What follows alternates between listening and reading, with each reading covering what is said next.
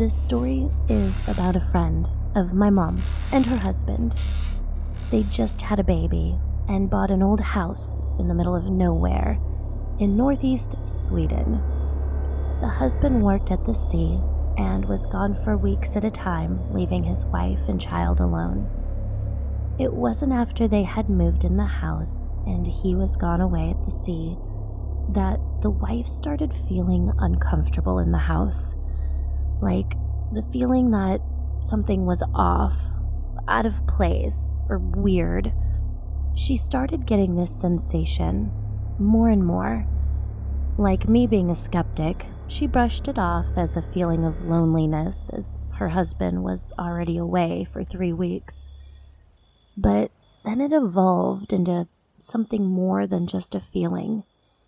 At night, she thought she could hear footsteps on the stairs leading to the second floor, where she and the baby were asleep. She tried to convince herself that this also was something she had imagined, half awake, half asleep.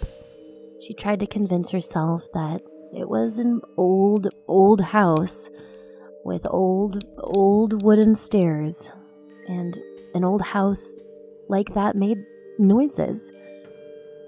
But it continued almost every night.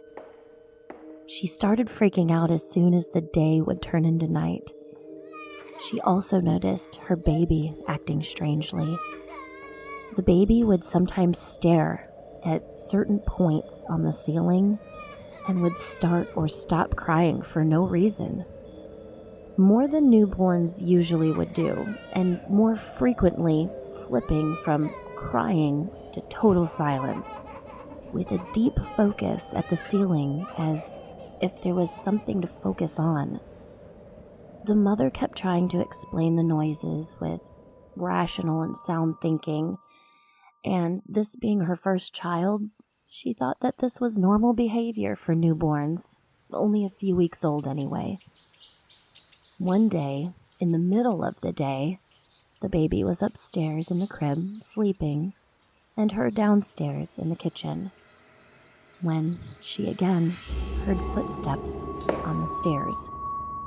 Only this time, they were really loud, and a thud, as if someone had just slammed the door. She just froze, until she heard her baby crying bloody murder. She ran upstairs with her heart in her mouth to find not only the bedroom door closed, something she never did so she can hear the baby, but the baby was on the floor screaming. Remember, this baby is only a few weeks old. There is no way he can sit up by himself, let alone climb out of the crib and then crawl to the center of the room. After that, they sold the house and moved away. I've heard this story from the lady herself, and she is an honest and very good friend. I trust her very much, and after hearing this, I try to keep an open mind about the paranormal in the world.